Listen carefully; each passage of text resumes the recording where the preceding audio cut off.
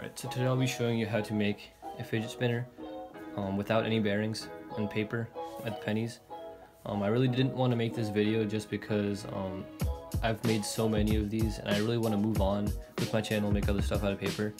I think I've covered everything. They're going to start getting a little bit repetitive, but since this is pretty much the last one I need to make, I'm hoping this is the last one I need to make because I really want to move on now.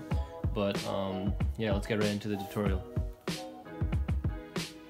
Alright, to start off, I'm just going to go over, as I usually do, what I'll be using.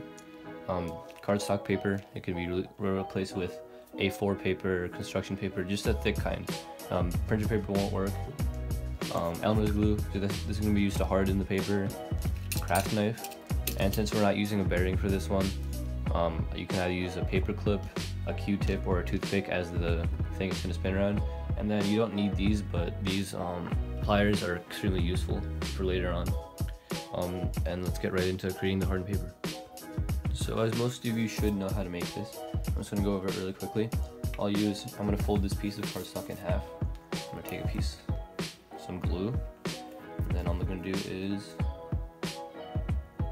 spread some glue across the face. Just get a good amount on there. And then I took a card, I folded it up, and what you're going to do with this card is spread the glue along the entire paper. Make sure you get every single point, because the better you do this, the better the hard paper is going to turn out. So pretty much have gotten everywhere that I need to. You don't need to use a card for this again, you can just use like a folded up piece of paper, but this is closest by.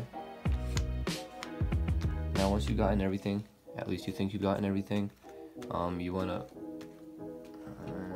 yeah, okay, now all you're going to do is fold this sheet over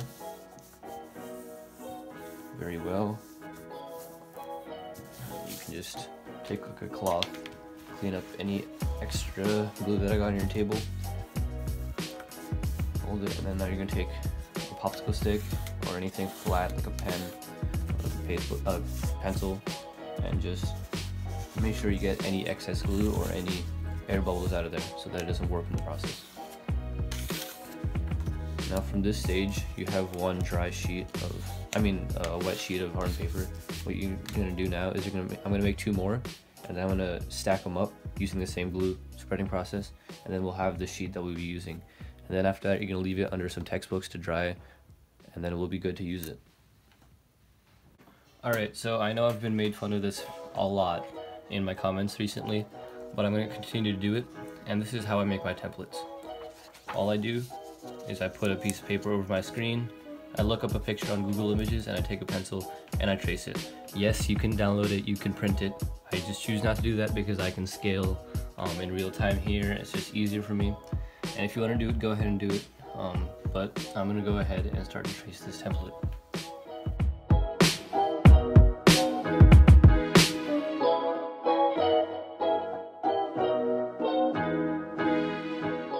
Alright, so for this next part, all you're going to need is the hardened paper and the template. As you can see, I copied two of the template on here just because I'm going to be cutting out two from this hardened sheet. So all I'm going to do is first I'm going to take a craft knife and roughly cut around one of the templates. Make sure you leave space.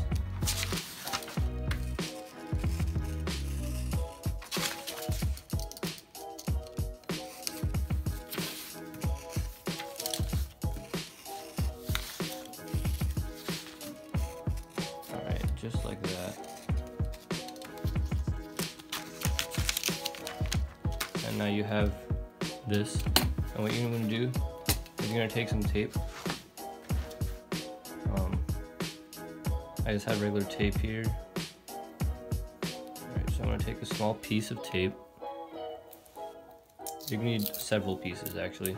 So you're going to put them on the places that don't interfere with this template. I'm just going to put it up here. Make sure it's completely secured with tape so you can use multiple pieces. Just make sure the tape doesn't go over any of the lines, because that would make the tape get in the way when you're cutting. So I'm going to be using around 6 pieces of tape just to secure it completely.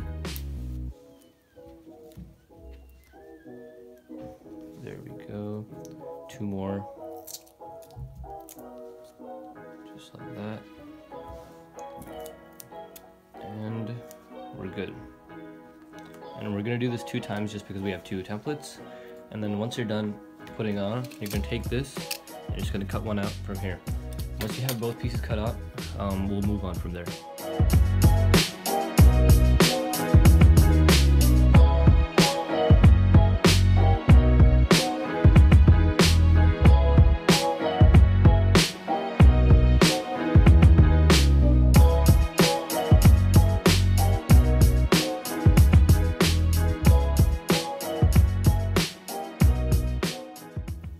Alright, as you can see, I've cut out 2 of the pieces.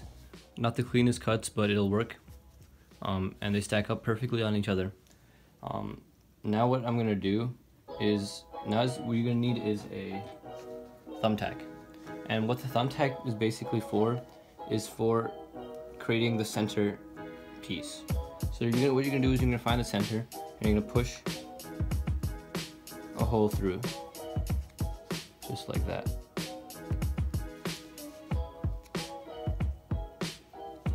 See, there we go. You can widen that hole. But now that we have the center point, you want to stack the other piece on top. And then, so let's do this. Stack the other piece on top. Line it as best as you can. And then you're going to take the thumbtack and push through the second one. So I got the second point, and there we go. So now we have a pretty accurate hole, just like this.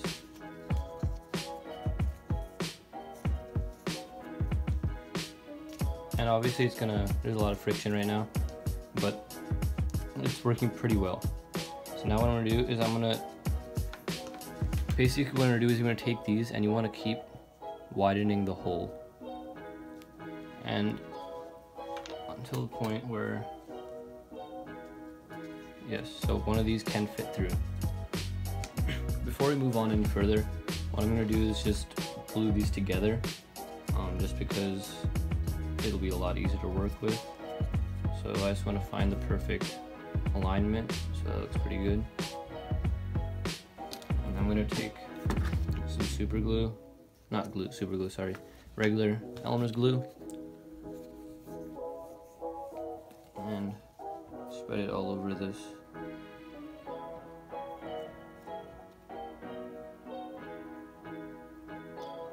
And then we just connect the 2. And then I'm just going to use this paper clip just to check that it can pass through completely, and it can. You want to press down on all sides, make sure that it's good, and then you can let that dry for a little bit. Just make sure that this paper clip is aligned. So I'm going to let this dry and then we'll be right back.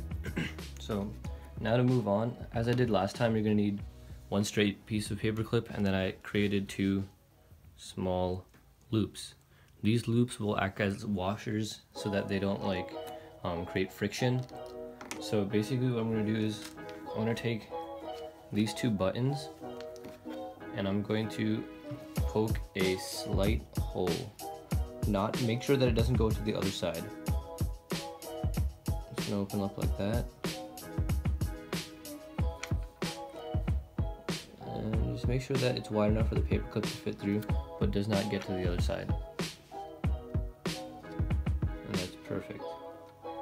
So you can see I have that small hole in it.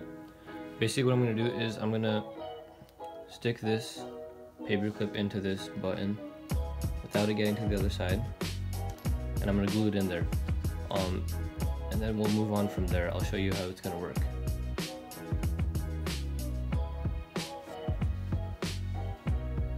So here I have a bottle of super glue that I'll be using. So what I'm going to do is I'm going to take this, I'm going to dip it in the super glue, just the end. That should be enough. And I'm going to put it into that hole that I created. Just like that. And once I leave it to dry for a little bit, it should be good. Now that that's drying, I'm going to take one loop and I'm going to try to get a little bit of super glue on it.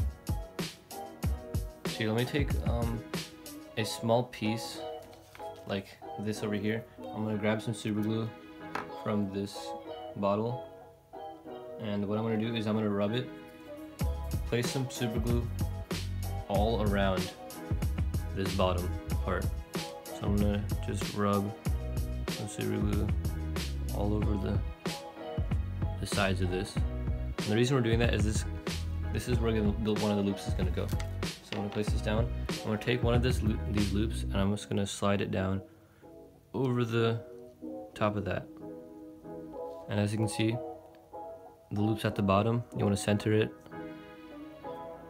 and it's going to dry, and that's going to, since it's metal, it's going to stop the friction. And you just want to let this dry for a little bit until it's good enough to start to be used as a spinner. Okay, so as you can see, all I did was I cut the paper clip shorter, and I connected the two things at the top. So now it doesn't spin very well right now, but the thing I'm going to do is I'm going to add pennies as weights on the side so that it spins better because of the weight. So I have 6 pennies, and you're just going to take some super glue and you're just going to connect it to all 6 sides. So I'm going to go ahead and do that.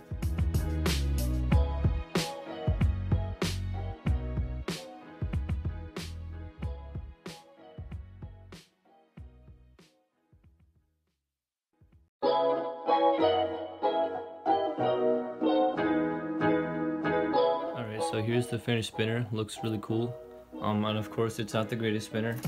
Does not spin for a very long period of time, but it works, so pretty good. I do suggest getting bearings if you want a spinner, because this one just won't work as well. But thanks for watching. Like, subscribe, comment, and I will be back next time.